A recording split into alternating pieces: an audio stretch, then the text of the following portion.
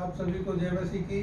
और मैं परमेश्वर का विशेष धन्यवाद देता हूँ कि उसने आज की सुबह हमें एक और मौका दिया कि हम उसके वचनों को सुन सके, समझ सके। और विशेष मैं धन्यवाद देता हूँ परमेश्वर आपका कि उसने पिछले दिन में हमको संभाल के रखा, इस कोरोना महामारी में हमको उसने संभाल के रखा। आज का जो वचन है मैं आपके लिए पढ़ना चाहता हूँ। याकूब की पत्री उसका 4था अध्याय, उसकी 7 से लेकर 10 कलम तक मैं आपके लिए पढ़ता हूँ। इसलिए परमेश्वर के अधीन हो जाओ और शैतान का सामना करो तो तुम्हारे पास से भाग निकलेगा। कितने सुंदर वर्ड यहाँ पर लिखे हैं। इसलिए परमेश्वर के अधीन हो जाओ और शैतान का सामना करो तो तुम्हारे पास से भाग निकलेगा। परमेश्वर के निकट आओ वो भी तुम्हारे निकट आएगा। हे पापियों, अपने हाथ शुद्ध करो, और हे दुचित्ते लोगों, अपने हृदय को पवित्र करो। दुखी हो और शोक करो और रो, तुम्हारी हंसी शोक में और तुम्हारा आनंद उदासी में बदल जाए। प्रभु के सामने दीन बनो तो वो तुम्हें शिरोमणि बनाएगा। पिता परमेश्वर आप उसके वचनों को पढ़े हुए सुने जाने पर आशीष दे। आइए हम अपने सरों को झुकाएंगे और दुआ मांगेंगे। पिता परमेश्वर आप धन्यवाद देता हूँ आज के सुंदर समय के लिए। प्रभु ये जो वचन आपने हमको दिए हैं कि जब हम तेरे पास आते हैं और शैतान का सामना करते हैं तो शैतान भाग जाता है परमेश्वर। और जब हम अपने आप को दीन बनाते हैं तो प्रभु हमें शिरोमणि बनाता है परमेश्वर। प्रभु मैं आज प्रार्थना करता हूँ, प्रभु तो मेरे मुख को स्पर्श कर परमेश्वर। जो भी वचन मैं इस मीडिया माध्यम के द्वारा प्रभु मैं लोगों तक पहुँचाता हूँ परमेश्वर, तो वचन मेरे नहीं हो बल्कि प्रभु तेरे हो। प्रभु मेरे मुंह को स्पर्श कर, तेरे पवित्र आत्मा का सामर्थ्य आने दे परमेश्वर। इस छोटी विनती को तेरे बेटे यीशु मसीह के नाम से मांगते हैं, आमीन। आज का जो वचन है वो है यूहन्ना की पत्री उसका 3रा अध्याय, और हम सब ने इसके बारे में पढ़ा हुआ है।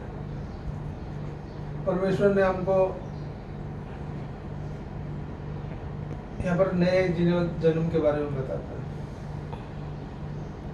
परमेश्वर चाहता है इस कोरोना बीमारी के अंदर, जब मैंने आपसे एक सवाल पूछा था कल कि कोरोना बीमारी, ये कोरोना हमें बाइबल की कौन सी शिक्षा देता है, तो बेंजो भाई ने भी जवाब दिए थे, सही जवाब दिए थे,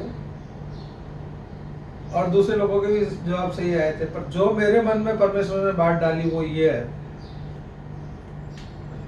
कि तुम मेरे टच में रहो और पाप से सोशल डिस्टेंसिंग करो। तुम मेरे यानी कि परमेश्वर के टच में रहो और पाप से सोशल डिस्टेंसिंग करो। और हम क्या करते हैं? हम पाप के टच में रहते हैं और परमेश्वर से सोशल डिस्टेंसिंग रखते हैं। आज की सुबह परमेश्वर हमको यही शिक्षा देना चाह रहा है कि तुम मेरे टच में रहो और पाप से डिस्टेंसिंग रखो। तुमने जो मुझसे डिस्टेंसिंग बना ली थी और पाप के टच में थे, इसके लिए मैं ये बीमारी तुम्हारे बीच में विपत्ति लेकर आया हूँ।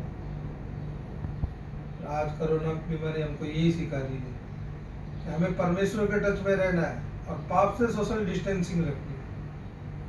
आइए मेरे साथ निकालिए यूहन्ना की पत्री उसका 3रा अध्याय, और उसकी पहली आयत से मैं आपके लिए पढ़ता हूँ। ये स्टोरी आप सब जानते हैं। फरीसियों में निकोदिमस नाम का एक मनुष्य था जो यहूदियों का सरदार था। उसने रात को यीशु के पास आकर उससे कहा, हे रब्बी, हम जानते हैं कि तू परमेश्वर की ओर से गुरु होकर आया है, क्योंकि इन चिन्हों को जो तू दिखाता है, यदि परमेश्वर उसके साथ ना हो तो नहीं दिखा सकता। यीशु ने उसको उत्तर दिया, मैं तुझसे सच सच कहता हूँ, यदि कोई नए सिरे से न जन्मे तो परमेश्वर का राज्य देख नहीं सकता। निकोदिमस ने उससे कहा, मनुष्य जब बूढ़ा हो गया है तो कैसे जन्म ले सकता है? क्या वो अपनी माता के घर में दूसरी बार प्रवेश करके जन्म ले सकता है? यीशु ने उससे उत्तर दिया, मैं तुझसे सच सच कहता हूँ, जब तक कोई मनुष्य जल और आत्मा से ना जन्मे तो परमेश्वर के राज्य में प्रवेश नहीं कर सकता। क्योंकि जो शरीर से जन्मा है वो शरीर, और जो आत्मा से जन्मा है वो आत्मा है। अचंभा ना कर, मैंने तुझसे कहा, तुझे नए सिरे से जन्म लेना अवश्य है। ये जो अवश्य है यानी कि आवश्यक है, इस बात में आज मैं आपको दोष देना चाहता हूँ। निकोदिमस जो फरीसियों का सरदार था, बाइबल बताती है, वो प्रभु यीशु मसीह के पास में आता है, यीशु मसीह को दंडवत करता है, यीशु मसीह को प्रणाम करता है, उसकी महिमा करता है, और प्रभु यीशु मसीह को कहता है कि जो तू ये कार्य कर रहा है, मैं जानता हूं तू मसीह है, और जब तक परमेश्वर तुम्हारे साथ ना हो तो ये कार्य नहीं कर सकता। हाँ मेरे प्रियो, आज सुबह बाइबल हमें बता रही है कि जब तक परमेश्वर हमारे साथ नहीं होगा, हम उसके वचनों को लोगों तक नहीं पहुंचा सकते। हम कोई भी बड़े काम, आश्चर्य के काम या कोई भी कार्य हम नहीं कर सकते। पर आज वो प्रभु की महिमा करता है, और प्रभु उसको क्या कहता है, हे निकोदिमस, मैं तुझसे कहता हूँ, यदि कोई नए सिरे से ना जन्मे तो परमेश्वर के राज्य को नहीं दे सकता। और निकोदिमस उससे, परमेश्वर से एक सवाल करता है, क्या मनुष्य बूढ़ा हो गया हो तो वो क्या फिर से अपनी माँ के पेट में जन्म ले? बहुत ही अच्छा सवाल करता है प्रभु यीशु मसीह से।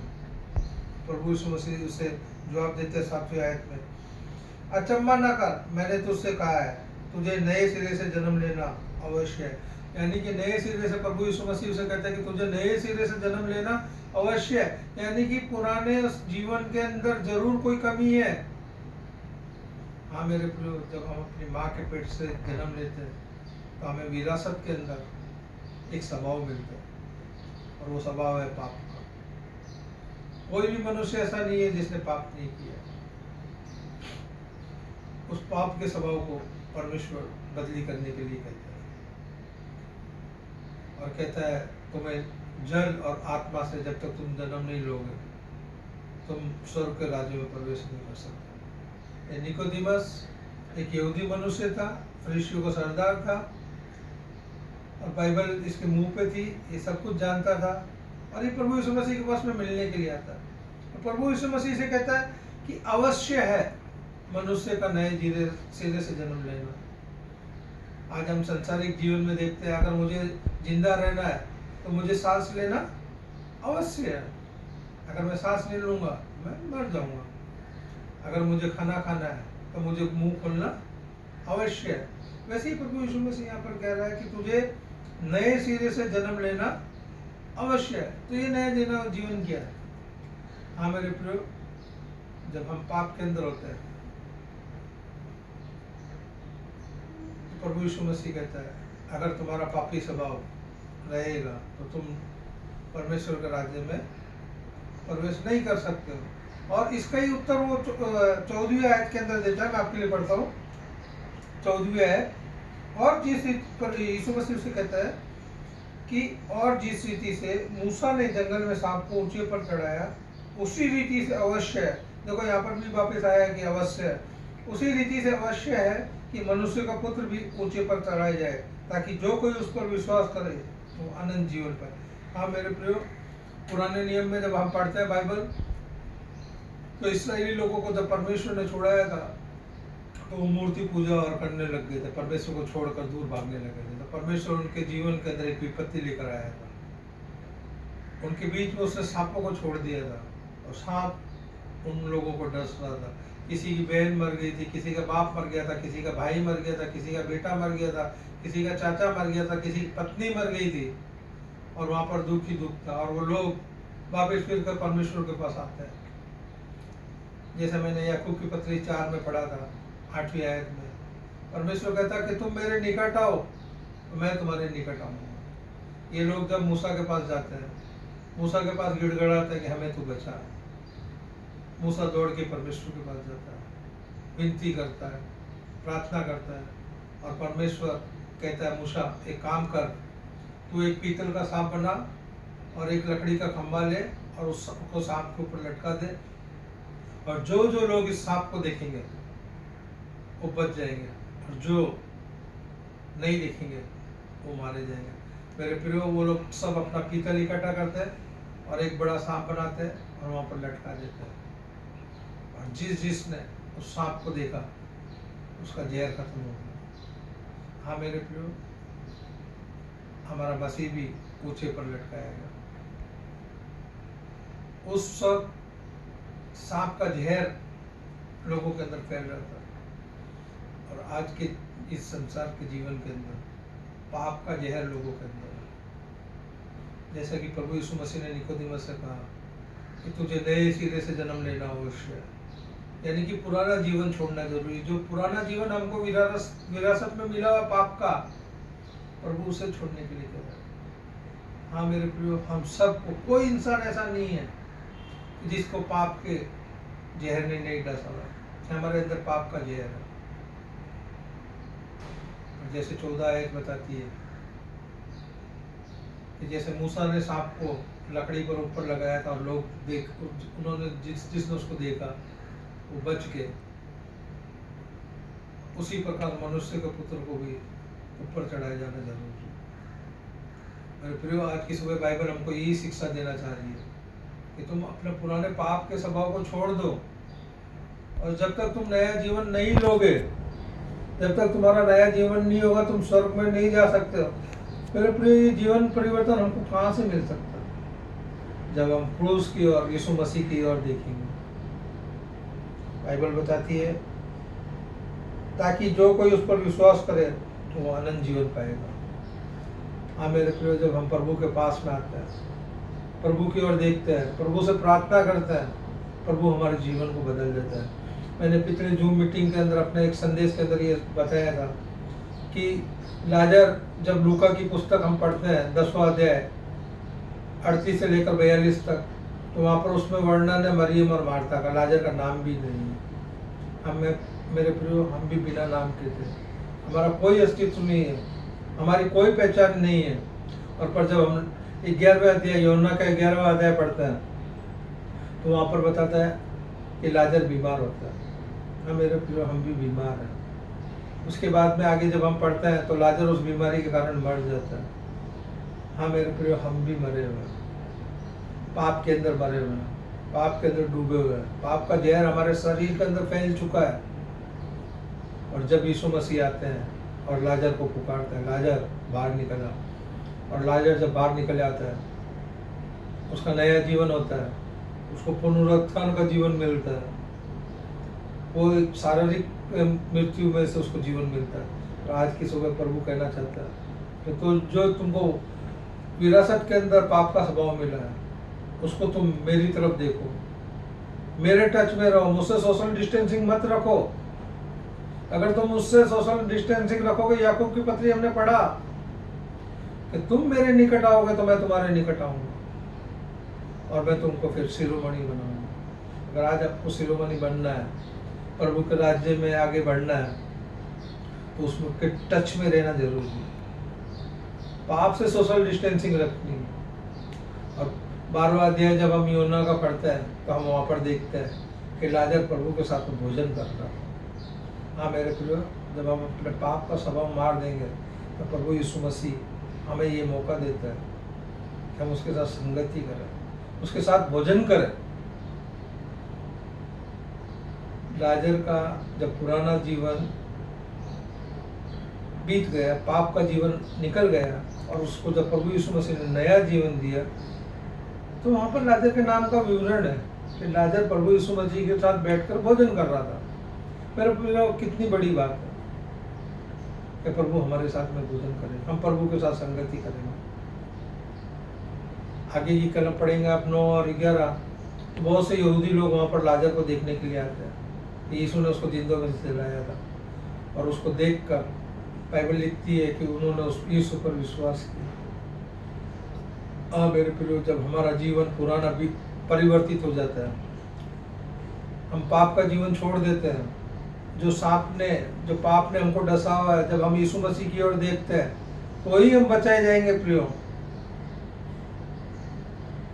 बाकी आप कितनी भी प्रार्थना कर लो, कितना भी विश्वास कर लो, आप घर बैठे कितना भी विश्वास कर लो, जब तक आपका पाप का स्वभाव आप नहीं निकालेंगे, प्रभु यीशु मसीह के पास नहीं आएंगे, प्रभु यीशु मसीह पर विश्वास नहीं करेंगे, उसकी तरफ नहीं देखोगे, तो हमारा जीवन परिवर्तित नहीं होगा। इसके लिए वो कह रहा है वहां पर कि जब तक तुम आत्मा और जल से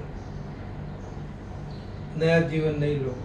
मेरे प्रियो, आत्मा क्या है? प्रभु ने जो पवित्र आत्मा हमें दी है, जब वो आत्मा हमारे अंदर आती है, पवित्र आत्मा हमारे पास आती है, वो हमें विवश कर देती है पाप से सोशल डिस्टेंसिंग करने के लिए, प्रभु के टच में जाने के लिए। इसलिए वो कह रहा है वहां पर कि जब तक तू आत्मा और जल से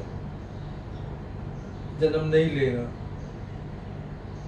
तो परमेश्वर के राज्य को नहीं देख सकता। हाँ मेरे प्रियो, आज पवित्र आत्मा के सामर्थ्य के द्वारा, पवित्र आत्मा की सहायता के द्वारा हमें यीशु मसीह के पास जाना है। तो जो हमारे को पापी स्वभाव विरासत में मिला है, उस स्वभाव को हमको अपने से दूर करना, उसे सोशल डिस्टेंसिंग बनानी है। ये कोरोना बीमारी आज हमें यही सिखा रही है। हमें एक दूसरे आदमी से सोशल डिस्टेंसिंग करने की जरूरत नहीं है। हमारी सरकार ने कहा अच्छी बात है, हम उसका नियमों का पालन करते हैं, अच्छी बात है। मनुष्य सोशल डिस्टेंसिंग रख रहा है, अच्छी बात है। पर आज की सुबह बाइबल हमको ये सिखा रही है कि तुम पाप से सोशल डिस्टेंसिंग रखो और प्रभु के टच में रहो। जब तुम्हारा पुराना जीवन परिवर्तित होगा और तुम स्वर्ग के राज्य में प्रवेश कर सकोगे। हमें यहाँ पर जब हम बाइबल ये पढ़ते हैं 3रा अध्याय, तो प्रभु यीशु मसीह उसे कहता है जल और आत्मा से नया जीवन लेना जरूरी है। आत्मा के विषय में तो हमने सीख लिया, पर ये जल क्या है? बहुत से लोग कहते हैं कि जब हम बपतिस्मा लेते हैं तो वो जल नहीं मेरे प्रियो, ये उस जल की बात नहीं कर रहा। आइए मेरे साथ में 4था अध्याय निकालेंगे, योना की पुस्तक, उसका 4था अध्याय। और जब हम ये देखते हैं, मैं आपके लिए पूरा अध्याय नहीं पढ़ूंगा क्योंकि वचन बहुत बड़ा हो जाता है, और उसकी एक आयत मैं आपके लिए पढ़ता हूँ, 14वीं आयत, 4था अध्याय, उसकी 14वीं आयत। परंतु जो कोई उस जल में से पिएगा जो मैं उसे दूंगा, फिर वो अनंत काल तक प्यासा ना होगा। और जब हम ये पढ़ते हैं पूरी कहानी, तो यीशु मसीह एक सामरिया देश के अंदर एक सुकार के कुएं पे, जो कि याकूब का कुआं होता है, वहाँ पर बैठे होते हैं। और ये स्त्री आती है और प्रभु यीशु मसीह उसे कहता है मुझे प्यास पानी पिला। वो स्त्री कहती है तू तो पुरुष है, तू तो यहूदी मनुष्य है, तू यहूदी होकर हम सामरियों से क्यों जल मांग रहा है? ये 7वीं आयत में जब ये बात हो रही होती है, और 14वीं आयत में, वो 15वीं आयत जब आप पढ़ेंगे तो वहाँ पर वो स्त्री कहती है हाँ मुझे वो जीवन का जल दे। मेरे प्रियो, इन 7 आयतों के अंदर ऐसी तो क्या बात होगी कि वो स्त्री वो जल मांगने लगी? और वो जब बीच में हम पढ़ते हैं तो वो स्त्री कहती है क्या तू मेरे पिता याकूब से भी बड़ा? वो स्त्री याकूब के जीवन के बारे में जानती है। आज मैं आपको याकूब और इस स्त्री के दोनों की तुलना करके बताऊंगा। स्त्री और प्रभु यीशु मसीह, याकूब और परमेश्वर, उनकी मुलाकात होती है। ये स्त्री और सामरिक स्त्री की तो यहाँ पर अचानक मुलाकात होती है परमेश्वर के साथ। पर जब आप उत्पत्ति की पुस्तक उसका 32वां अध्याय, उत्पत्ति की पुस्तक उसका 32 अध्याय, उसकी 22 से लेकर 32वीं आयत तक पढ़ते हैं, तो याकूब एक याबोक नदी के किनारे होता है, रात का समय होता है। और ये स्त्री भी 6ठे घंटे में, जब कोई स्त्री वहाँ पर पानी लेने नहीं आती है, उस वक्त वो पानी लेने वहाँ पर आती है। और मेरे प्रियो, याकूब भी रात के समय में, जब सूर्य, बाइबल बताती है जब सूर्य अस्त हो जाता है, वो उस नदी के किनारे अकेला बैठा होता है और परमेश्वर उससे मुलाकात करता है। अचानक परमेश्वर की उसके साथ मुलाकात होती है। और यहाँ पर भी इस स्त्री की कोई एक्सपेक्टेड मुलाकात नहीं है, अचानक इस स्त्री की परमेश्वर के साथ मुलाकात होती है। और परमेश्वर दोनों के जीवन में, दोनों के जीवन के भेद इनको बताता है। इस स्त्री से जब प्रभु यीशु मसीह मुलाकात करता है, और याकूब से जब परमेश्वर वहाँ पर मुलाकात करता है, दोनों के जीवन की समानता क्या है? याकूब के नाम का मतलब होता है धोखा देने वाला, ठगने वाला। और ये स्त्री लोगों को ठगती थी, धोखा देती थी। इसे 5-5 विवाह कर लिए थे, 5-5 शादियां कर ली थी, 5-5 पति कर चुकी थी, फिर भी वो संतुष्ट नहीं थी, संसारिक जीवन के अंदर ही रची पची थी, लोगों को धोखा देती थी। और प्रभु यीशु मसीह कहता है तू 5 पति कर चुकी है, और जो जिसके साथ तू रहती है 6ठा पुरुष वो भी तेरा पति नहीं है। मेरे प्रियो, याकूब भी धोखा देने वाला था, ये स्त्री भी धोखा देने वाली थी। और प्रभु यीशु मसीह इनकी डूबती हुई रक्त के ऊपर हाथ रखता है और इनको ये भेद बताता है उनके जीवन के बारे में कि तुम्हारे अंदर ये कमी है, तुम्हारे अंदर ये पाप है। फिर आगे हम देखते हैं याकूब भी वहाँ पर अकेला था, ये स्त्री भी यहाँ पर अकेली थी। मेरे प्रियो, अगर आज आप अपने जीवन में अकेले हैं तो प्रभु यीशु मसीह के पास में आइए। फिर जब हम आगे बढ़ते हैं तो प्रभु यीशु मसीह बताता है याकूब को क्या करता है। याकूब की आप वहाँ पर पढ़ना, जान की नस को दबा देता है। और यहाँ पर क्या करता है प्रभु यीशु मसीह, इस स्त्री के हृदय को टच करता है। वहां पर याकूब की जान को टच करता है, उसकी नस को दबा देता है। और याकूब के अंदर एक कमी आ जाती है कि वो लंगड़ाने लगता है। और इस स्त्री को प्रभु यीशु मसीह उसके जो मन के अंदर व्यभिचार था, जो धोखा था, सीधा वहीं पर टच करते हैं और स्त्री को उसके जीवन का भेद बता देता है कि तू 5 पति कर चुकी है और छठे के साथ में रह रही है, वो भी तेरा पति है। मेरे प्रियो, जब यीशु मसीह उसके साथ में, याकूब के साथ में पूरी रात परमेश्वर का युद्ध होता है और परमेश्वर उसको जब आशीष देता है उस नदी के किनारे, बाइबल लिखती है कि याकूब जब आया था तो सूर्य अस्त का समय था और जब वो परमेश्वर से युद्ध कर चुका होता है तो सूर्य उदय हो चुका होता है। हाँ मेरे प्रियो, जब प्रभु ने याकूब के नस को दबाया, उसके जीवन के भेद को उसको बताया, तो अब याकूब की आंखें खुल गई और उस वक्त सूर्योदय का समय था, यानी कि उसके नया जीवन हो गया था। इस स्त्री के भी जीवन में ऐसे ही हुआ। प्रभु ने उसके भेद को बताया, उसके जीवन के भेद को जो कोई नहीं जानता था, उस स्त्री को छोड़कर उसको बताया। याकूब के नाम का भी अर्थ होता है धोखा देने वाला, ठगने वाला। हाँ मेरे प्रियो, हम जब बाइबल पढ़ते हैं और देखते हैं, याकूब ने अपने पिता को धोखा दिया था, उसने अपने भाई को धोखा दिया था। और जब प्रभु यीशु मसीह उसके जीवन का भेद उसको याबोर नदी के किनारे बताते हैं, तुरंत पश्चाताप करता है और अपने भाई के साथ, आप आगे पढ़ना, वहाँ पर लिखा है कि वो अपने भाई के सामने जाकर गिड़गिड़ाता है और माफ़ी मांगता है और कहता है मुझसे गलती होगी, मुझे माफ़ कर दे। जो चाहे करना चाहता है, मारना चाहता, जो करना चाहता कर ले, पर तू मुझे माफ़ कर दे, मुझसे ये गलती हो गई। मेरे प्रियो, वो अपना जीवन वहाँ बदली कर देता है। और जब परमेश्वर का एक शीर्षक है अब्राहम का परमेश्वर, इसहाक का परमेश्वर, वो पूरा यहीं पर जाकर होता है। और परमेश्वर कहता है मैं इसहाक, अब्राहम का परमेश्वर हूँ, मैं इसहाक का परमेश्वर हूँ और मैं याकूब का परमेश्वर हूँ। याकूब का नाम क्यों जुड़ता हुआ? क्योंकि वो अपने जीवन का भेद जान जाता है और उसका जो पाप का जीवन होता है, जो धोखा देने का जीवन होता है, जो ठगने का जीवन होता है, परमेश्वर उसको दर्शन में देकर बात करता है, उसको उसके जीवन की कमियों को बताता है। जैसे इस निकोदेमुस को कहता है प्रभु यीशु मसीह कि जब तक तू नए सिरे से जन्म नहीं लेगा तो परमेश्वर के राज्य में प्रवेश नहीं कर सकता है। उसी प्रकार वो याकूब को वहाँ पर करता है, उसका जीवन परिवर्तित कर देता है।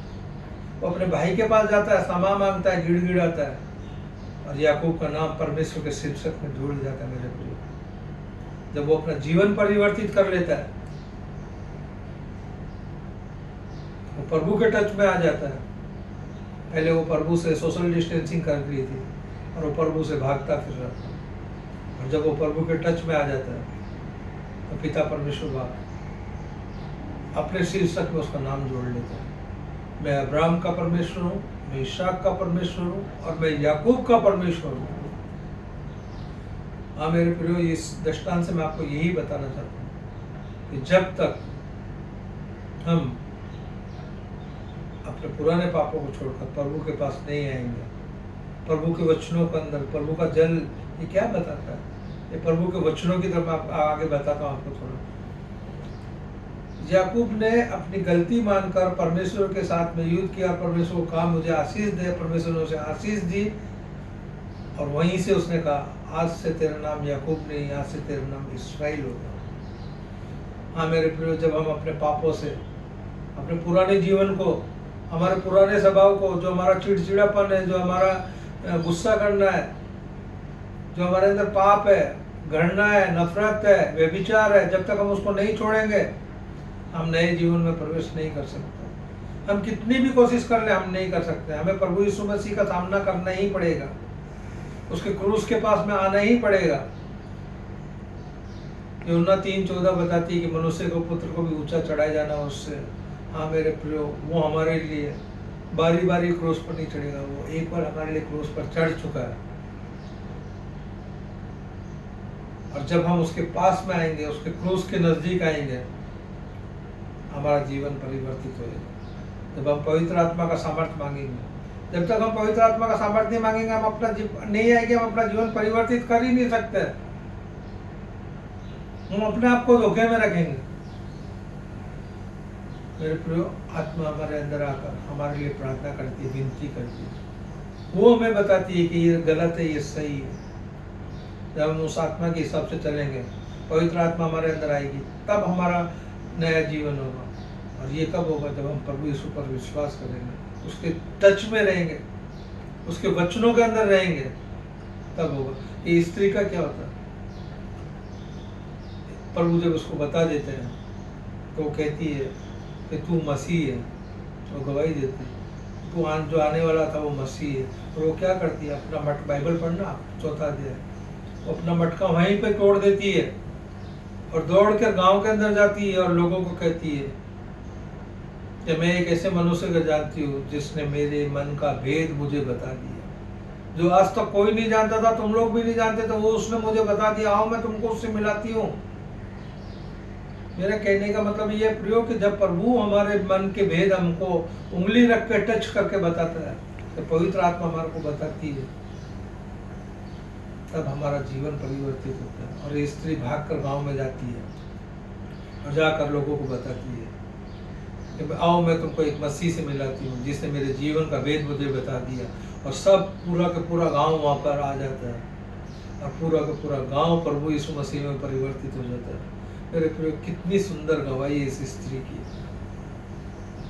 कि वो सामरी स्त्री प्रभु यीशु मसीह पर विश्वास करती है। प्रभु लिखा है कि जो जीवन का जल मैं तुझे दूंगा वो तुम पियोगे तो तुम कभी प्यासे ना होगा। ये जीवन का जल वचन पवित्र आत्मा में दी गई है। जब तक ये हमारे अंदर नहीं भरे के निकलेगी, मेरे प्रिय, हम क्या करते हैं? हम प्रभु के वचनों को अपने अंदर, इस जल को अपने अंदर भर के रख लेते हैं। जब आप एक बोतल के अंदर या मटके के अंदर पानी भर के रखेंगे तो पानी कितने दिन, 1 महीना, 2 महीना, 3 महीना, 6 महीना, 8 महीना, 1 साल, 2 साल, उसके बाद में तो उसमें से दुर्गंध आएगी, उसमें से बदबू आएगी। हाँ मेरे प्रियो, लाजर मर गया था तो 4 दिन बाद उसकी बहन कहती है अब उसमें से बदबू आ रही होगी। उसी प्रकार प्रभु के जब वचनों को हम अपने अंदर ही भर के रखेंगे, दूसरों को नहीं देंगे। इसलिए प्रभु कहता है कि तुमको जो मैं जल देता हूँ, जब वो तुम पियोगे तो तुम्हारे अंदर से जीवन के जल का सोता फूट निकलेगा। हाँ मेरे प्रियो, प्रभु के वचनों को हमको सिर्फ अपने अंदर ही दबा के नहीं रखना है, उसे और लोगों को भी बताना है, तब हमारे अंदर से जीवन के जल का सोता फूट निकले। इस स्त्री को चाहती तो अकेली चुपचाप चली जाती थी प्रभु से सब आशीष लेकर, पर नहीं मेरे प्रियो, उस स्त्री ने जाकर गांव में प्रभु यीशु मसीह के नाम का प्रचार किया। उसने लोगों को बताया, लोगों को जताया। उसने प्रभु यीशु मसीह पर शक नहीं किया। क्या ऐसा हो सकता है कि हम शक करते हैं? क्या ऐसा हो सकता है? मरियम ने शक किया था, क्या ऐसा संभव है? तो पवित्र आत्मा ने आकर उसको, दूतों ने आकर कहा था कि तू एक पुत्र को जनेगी, तो उसने कहा क्या ये संभव है? मेरे प्रियो, हमारे यीशु मसीह, हमारे प्रभु के लिए कोई भी कार्य असंभव नहीं है, सब कार्य उसके लिए संभव है। और ये स्त्री ने शक नहीं किया, लोगों को जाकर बताया, और क्या हुआ? लोगों ने अपना मन फिराया, अपने पापों से क्षमा मांगी, और पूरा का पूरा गांव प्रभु यीशु मसीह के पीछे हो गया। हाँ मेरे प्रियो, आज इस संसार रूपी जीवन में हमारी जिम्मेदारी है कि जो प्रभु के वचन, प्रभु ने हमें चुना हुआ है। यूहन्ना 15:16 लिखते हैं कि मैंने तुम्हें चुना है, तुमने मुझे नहीं चुना है। जब प्रभु ने हमें चुना है तो हमारी जिम्मेदारी है कि हम प्रभु के वचन लोगों तक लेकर जाएं। रोमियो 10:15 बताती है, क्या ही सुहावने हो पाँव जो प्रभु के नाम का सुसमाचार सुनाते। यशायाह 52:7 पढ़ना, उसमें भी यही लिखा है, क्या सुहावने हो पाँव जो मेरे सुसमाचार को लेकर लोगों तक जाते। हाँ मेरे प्रियो, आज का दिन परमेश्वर ने हमको दिया है। प्रभु यही कहना चाहता है कि जब तक तुम जल और आत्मा से जीवन नहीं लोगे। वो निकोदिमस को यही समझा रहे थे, और निकोदिमस ने उनकी बात को सुना, प्रभु यीशु मसीह की बात को सुना, और उसकी एक झलक हम देखते हैं।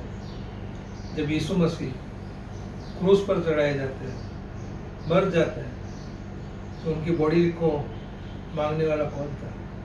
हाँ मेरे प्रिय, ये निकोदिमस ही था। वहां पर वो मदद करने वाला निकोदिमस ही था। उसने अपने जीवन को प्रभु की बात सुनकर परिवर्तित किया। बाइबल में नहीं लिखा, पर जब आप निकोदिमस की हिस्ट्री के बारे में पढ़ेंगे, वो प्रभु का चेला नहीं था, पर उसने इंग्लैंड के अंदर प्रभु यीशु मसीह का सुसमाचार फैलाने वाला वही था। प्रभु का सुसमाचार यूके में ले जाने वाला वही है, निकोदिमस।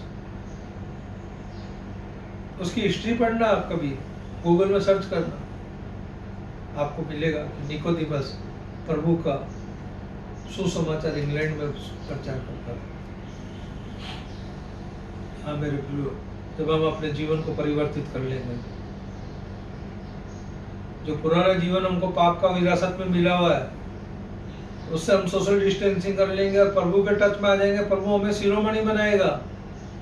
आइए मेरे साथ में यूहन्ना की पुस्तक, उसका 7वां अध्याय, यूहन्ना की पुस्तक, उसका 7वां अध्याय, और मैं आपके लिए 37, 38 और 39 पढ़ता हूँ। पर्व के अंतिम दिन, जो मुख्य दिन है, यीशु खड़ा हुआ और पुकार कर कहा, यानी कि जिस दिन उसको क्रूस पर चढ़ाया जाना था, उससे पहले, एक दिन पहले वो खड़ा हुआ और पुकार कर कहा, यदि कोई प्यासा हो तो मेरे पास आए और पिए। जो मुझ पर विश्वास करेगा, जैसा पवित्र शास्त्र में आया है, उसके हृदय में से जीवन के जल की नदियां बह निकलेगी। उसने ये वचन पवित्र आत्मा के विषय में कहा था। देखा मेरे प्रियो, जीवन के जल की नदियां कब फूट निकलेगी? तो बाइबल बता रही है, मेरे वचन नहीं है। मैं एक बार फिर से आपके लिए पढ़ता हूँ। पर्व के अंतिम दिन, जो मुख्य दिन है, यीशु खड़ा हुआ और पुकार कर कहा, यदि कोई प्यासा हो तो मेरे पास आए और पिए। जो मुझ पर विश्वास करेगा, जैसा पवित्र शास्त्र में आया है, उसके हृदय में से जीवन की जल की नदियां बह निकलेगी। उसने ये वचन पवित्र आत्मा के विषय में कहा, जिसे उस पर विश्वास करने वाले पाने पर थे, क्योंकि आत्मा अब तक न उतरा था, क्योंकि यीशु अब तक उसकी महिमा को न पहुंचा था।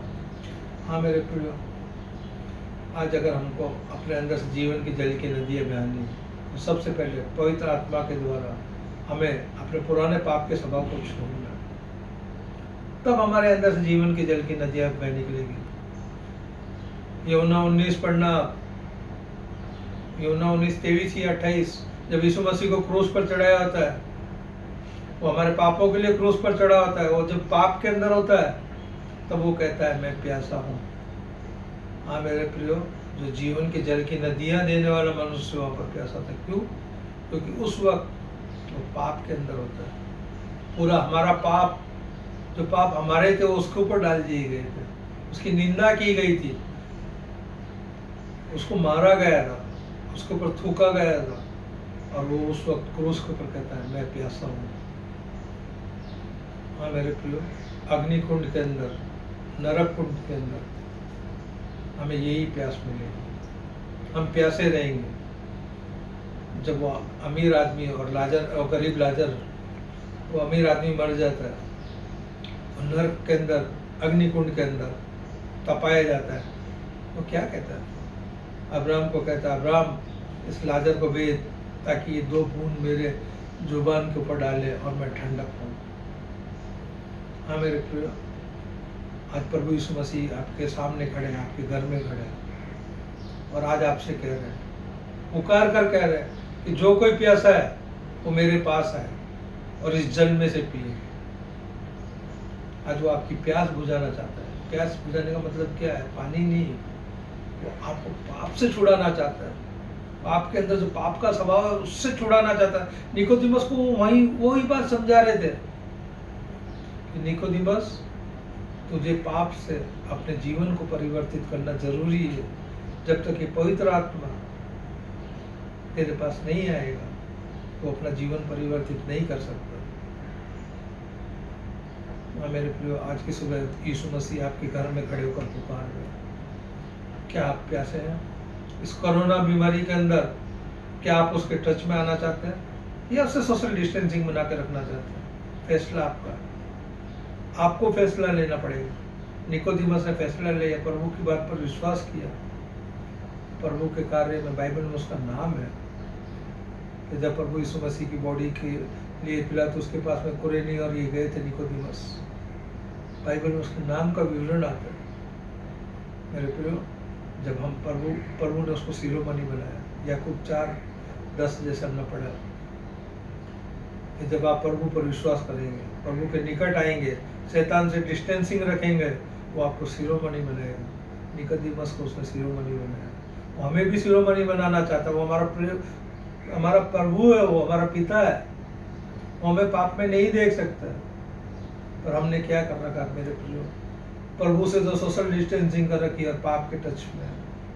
आज प्रभु यही सुबह वचनों के द्वारा बताना चाह रहा है कि तुम मेरे टच में हो और पाप से सोशल डिस्टेंसिंग करो, और जो जल मैं तुम्हें दूंगा वो जल पियो तो तुम्हारे अंदर से जीवन के जल की नदियां में निकलेगी। नहीं तो वो जल, प्रभु का जो वचन पवित्र आत्मा हमारे अंदर ही पड़ा रहेगा। प्रभु आप सबको इस वचन को समझने की बुद्धि दे। आइए हम अपने सब सरों को झुकाएंगे और प्रार्थना मांगेंगे। पिता परमेश्वर, आप धन्यवाद देता हूँ इन सुंदर वचनों के लिए। पिता परमेश्वर, प्रभु तेरा वचन आज हमको सिखाता है कि जब तक मनुष्य जल और आत्मा से नया जीवन नहीं लेगा, तेरा वचन कहता है कि तुम्हें नए सिरे से जन्म लेना अवश्य है। हाँ मेरे परमेश्वर पिता, जब हम सांस लेते, जिंदा रहना तो हमें सांस लेना अवश्य है। उसी प्रकार तेरा वचन कहता है कि तुम्हें नए सिरे से जन्म लेना अवश्य है, तब तुम स्वर्ग राज्य को देख सकोगे। हाँ मेरे परमेश्वर, आप इन वचनों को तो हमें समझने की बुद्धि दे, और प्रभु हम इन वचनों को एक कान से सुनकर दूसरे कान से नहीं निकाले प्रभु, बल्कि प्रभु हमको जो विरासत में पाप का स्वभाव मिला प्रभु, उसको हम तेरे पास लाए प्रभु। तेरे पवित्र आत्मा दे हमें। तेरी मदद के बिना प्रभु हम अपने जीवन को परिवर्तित नहीं कर सकते। हाँ प्रभु, तो हमें एक नया पुनरुत्थान का जीवन दे परमेश्वर, नया जीवन दे पिता परमेश्वर, और तेरे जल से हमें भर प्रभु, ताकि वो स्त्री जैसे लोगों के बीच में जाकर बताए प्रभु, हम भी तेरे अविश्वासी लोग हैं, उनके बीच में जाकर प्रभु तेरे सुसमाचार को दे। और जो कोई मूसा के टाइम में उस सांप को देखा था प्रभु और वो बच गए थे, आज परमेश्वर हम जब पापों के अंदर, पाप के जहर के अंदर डसे हुए हैं, पाप के जहर के अंदर फंसे हुए हैं प्रभु, हम जब तेरी ओर देखेंगे, तेरे क्रूस की ओर देखेंगे प्रभु, जो तू हमारे लिए क्रूस पर चढ़ा प्रभु, उसे हम याद करेंगे, विश्वास करेंगे, उसकी तरफ देखेंगे पिता परमेश्वर बाप, तभी हम अपने आप को उस पाप के जीवन से निकाल सकेंगे और हमारा नया जीवन होगा प्रभु। हम सबको तो प्रभु तेरा सामर्थ्य दे, तेरी पवित्र आत्मा दे। इस विनती को तेरे बेटे यीशु मसीह के नाम से मांगता हूँ, सुन और स्वीकार कर। आमीन आमीन।